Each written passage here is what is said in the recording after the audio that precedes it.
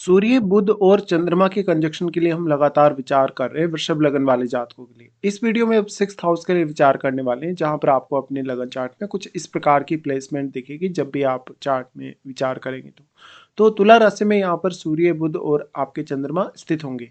यहाँ बेसिकली जो सूर्य की स्थिति है, क्योंकि सूर्य नीच की स्थिति में होंगे, तो अब सूर्य क्योंकि 4th हाउस के लॉर्ड है, 4th हाउस के लिए कुछ आपके लिए कहीं ना कहीं चैलेंजेस यहाँ बढ़ जाएंगे कुछ मामलों में। लेकिन आपको इसमें फिर शुक्र की स्थिति को देखना होगा कि शुक्र कितना वेल प्लेस्ड है आपके चार्ट में, या शुक्र कौन से भाव में प्लेस्ड है। बेसिकली इस प्रकार का सूर्य भले ही नीच का होगा, लेकिन वो आपको कंपटीशन फाइट करने में, प्रतियोगिता में आगे बढ़ने में काफ़ी मदद फिर भी करेगा। इसके साथ साथ सूर्य यहाँ आपको कार्य क्षेत्र में काफ़ी ज़्यादा एनर्जी भी प्रोवाइड करेंगे, और वो बुध और चंद्रमा के रिजल्ट को भी और ज़्यादा बेहतर करेंगे अपनी एनर्जी की वजह से। लेकिन कभी कभी यहाँ पर पारिवारिक सुख में या तो कमी महसूस हो सकती है, या तो परिवार के सदस्यों के साथ कभी कभी रिलेशन अच्छे नहीं है, या तो परिवार को आप समय नहीं दे पा रहे और आप अपने कार्य क्षेत्र में ज़्यादा लगे हुए हैं, या रूटीन लाइफ में ज़्यादा बिजी हो रहे हैं। और जहाँ भी आप होंगे, जिस प्लेस पे भी आप होंगे, अपनी वाणी का, अपनी बुद्धिमत्ता का बहुत अच्छा परिचय भी आप दे पाएंगे।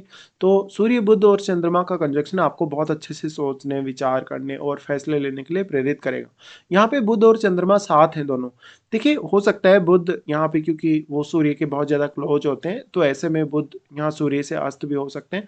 और अगर आपका चंद्रमा अस्त है सूर्य से, तो इस बात की भी संभावना काफ़ी ज़्यादा है फिर कि आपका बुध भी अस्त हो सकता है। अस्त होने के केस में अब यहाँ क्योंकि सूर्य नीच की स्थिति में आ गए, तो शुक्र की स्थिति काफ़ी ज़्यादा मजबूत होनी चाहिए। वैसे अस्त हो जाएंगे दोनों ही प्लैनेट, तो सूर्य इनको अपनी एनर्जी प्रोवाइड कर रहे हैं। एनर्जी प्रोवाइड करने की वजह से आपका सेकंड हाउस मजबूत होगा और आपका पंचम भाव भी काफ़ी ज़्यादा मजबूत होगा।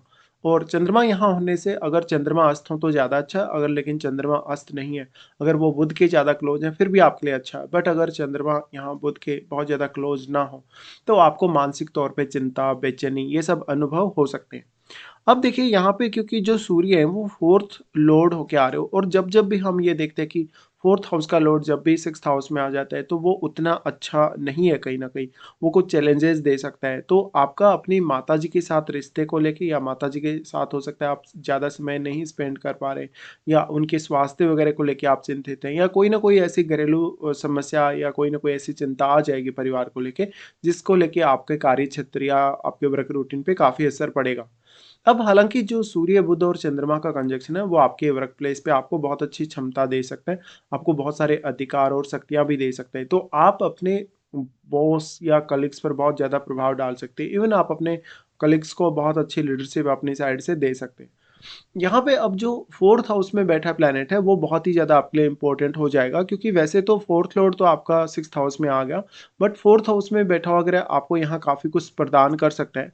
अगर 4th हाउस में बैठा हुआ प्लैनेट एक शुभ ग्रह है, जैसे कि एक बृहस्पति जैसा ग्रह है, शुक्र जैसा ग्रह है, तो फिर भी आपकी लाइफ काफ़ी बेटर होने के संकेत है। फिर यहाँ जो प्लैनेट बैठेगा वो डायरेक्टली कैरियर को जरूर ही प्रभावित करेगा।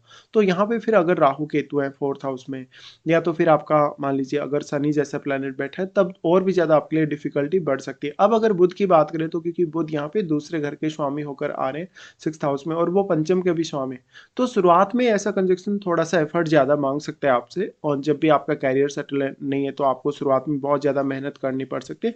लेकिन धीरे धीरे आप थोड़े मेच्योर होंगे, धीरे धीरे अच्छे फैसले ले सकेंगे, और काफ़ी ज़्यादा स्टेबिलिटी के साथ लाइफ जी पाएंगे। यहाँ सूर्य, बुध और चंद्रमा के होने से आपके लिए खर्चों की संभावना काफ़ी ज़्यादा हो जाएगी, परिवार के लिए, या परिवार की नीड्स के साथ साथ अपनी स्वयं के नीड्स के लिए भी। अब लेकिन जो बुध हैं, वो आपको यहाँ काफ़ी सहायता करेंगे। बुध बेसिकली आपको रणनीति बनाने, कर्ज को दूर करने, या कर्ज को मेंटेन करने में सपोर्ट करेंगे। साथ ही आपका किसी से कोई विवाद होता है वर्क प्लेस पे, आपका किसी से कोई लड़ाई झगड़ा होता है, किसी भी प्रकार की कोई अन्य ऐसी समस्या आती है, उस मामले में भी यहाँ बुध और चंद्रमा से आपको मदद मिलेगी। बुध और चंद्रमा का एक साथ होना आपके लिए काफ़ी ज़्यादा अच्छा रहेगा, क्योंकि बुध और चंद्रमा से आप दोनों की जो क्वालिटीज़ हैं, उनका प्रयोग एक दूसरे के लिए कर सकेंगे। चंद्रमा आपको अच्छे इमोशंस प्रोवाइड करते हैं, आपको भावनात्मक रूप से कहीं न कहीं स्ट्रॉन्ग बनाते हैं, इसलिए आप अपनी भावनात्मक रूप से जो स्थिति है उसको ज़्यादा स्टेबल पा सकते हैं। लेकिन फिर आपके लिए, क्योंकि जो चंद्रमा है वो 3rd हाउस के स्वामी, तो 3rd हाउस के स्वामी होने की वजह से आप अपनी जो स्किल्स हैं उनका प्रयोग अपने करियर के लिए, अपनी रूटीन लाइफ में कर पाएँगे। लेकिन 3rd हाउस में बैठे हुए ग्रह का रोल बहुत इंपॉर्टेंट होगा, क्योंकि यहाँ 3rd हाउस में आपके जो जुड़े हुए रिश्ते हैं, जैसे कि भाइयों के साथ, पड़ोसियों के साथ या रिश्तेदारों के साथ। इसके अलावा आपका वर्क लाइफ है, रूटीन लाइफ है, कैसा भी लाइफ है भले ही, लेकिन आपका जो एफर्ट आप करते हैं वो थर्ड हाउस के थ्रू ही करते हैं। तो अब आप कितना ज़्यादा रिस्क ले सकते हैं। यहाँ पे थोड़ा एंग्जाइटी इश्यूज होने की संभावना जरूर है, बट थर्ड हाउस में कोई मान लो बहुत एनर्जेटिक प्लैनेट बैठा है तो वो आपके लिए बहुत ज़्यादा सपोर्ट ला सकता है। यहाँ पे फिर क्योंकि जो बुध हैं वो पंचम के स्वामी, तो शुरुआत में आपकी एजुकेशन में कुछ रुकावटें रहें या शुरुआत में कहीं न कहीं फैमिली को लेके कुछ ना कुछ ऐसी समस्याएँ रहें, आपकी लव लाइफ़ को लेके कुछ दिक्कतें रहें, या तो फिर हो सकता है आप अपने जो रिश्ते हैं, उनको बहुत अच्छे से समय नहीं दे पा रहे और आप अपना वर्क रूटीन में या आपके ऑफ़िस के कार्यों में ज़्यादा बिज़ी हैं। तो इस प्रकार से आपको विचार करना रहेगा। अब जो तीनों प्लैनेट हैं, देखिए आपको काफ़ी सारी क्वालिटीज़ प्रदान कर रहे हैं, काफ़ी सारे आपको गुण प्रदान कर रहे हैं और तीनों का ही प्रभाव फिर आपके 12वें घर पे भी होगा। तो 12वें घर पे जो प्लैनेट्स का प्रभाव है, तो 12वें घर से जुड़े हुए कार्यों को मैनेज करना आसान होगा। आपको विदेश यात्रा या विदेश सेटलमेंट या 12वें घर से किसी भी तरीके से फ़ायदा हो सकता है, डायरेक्टली या इनडायरेक्टली। अब यहाँ पे क्योंकि जो इनका प्रभाव पड़ रहा है तो आपकी इमेजिनेशन बहुत ज़्यादा गहरी होगी, आपकी सोच बहुत ज़्यादा डीप हो सकती है, आपके खर्चों को मैनेज करने में अगर बुध अच्छी स्थिति में है तो बहुत ही मदद करेगा। बट सूर्य यहाँ आपके खर्चे बढ़ाएगा ही, वो आपके खर्चे कम नहीं करेगा, क्योंकि सूर्य एक शाही, एक राजा की तरह प्लैनेट है। अब जो यहाँ 12वें घर में बैठा प्लैनेट है, उसका इम्पैक्ट इन तीनों पर ही पड़ेगा। और जो यहाँ पे आपका 12वें घर में बैठा प्लैनेट है, वो आपके 6th हाउस को तो प्रभावित कर ही रहा है। वो प्लैनेट आपका अब किस भाव का स्वामी है, किस अन्य भाव को वो रिप्रेजेंट कर रहा है, ये देखना बहुत ज़रूरी होगा। तो यहाँ पर बहुत ही ज़्यादा डिफरेंस है कि आप एक तो अपने वर्क प्लेस पे कैसी स्थिति में हैं, आप कितना ज़्यादा संघर्ष कर रहे हैं, कितना ज़्यादा स्ट्रगल अपनी लाइफ में कर रहे हैं, या तो फिर 12वें घर से विचार करें तो आप क्या अपनी लाइफ में बहुत ज़्यादा कंफर्टेबल हैं, जब आप अपने बेडरूम में जाते हैं, सोने के लिए जाते हैं, तब आप कितने ज़्यादा कंफर्टेबल हैं। तो यहाँ पे जो बुध और चंद्रमा की दृष्टि पड़ रही है, हालाँकि 12वें घर से रिलेटेड कार्यों को मैनेज करने में सफलता अवश्य मिलेगी। लेकिन कभी-कभी आप बहुत ज़्यादा ओवरथिंक करेंगे या कभी-कभी आपके मन में कुछ ऐसे सवाल चलते रहेंगे जिनका आंसर बहुत ज़्यादा विचार करने या सोचने के बाद ही आपके मन में आएगा।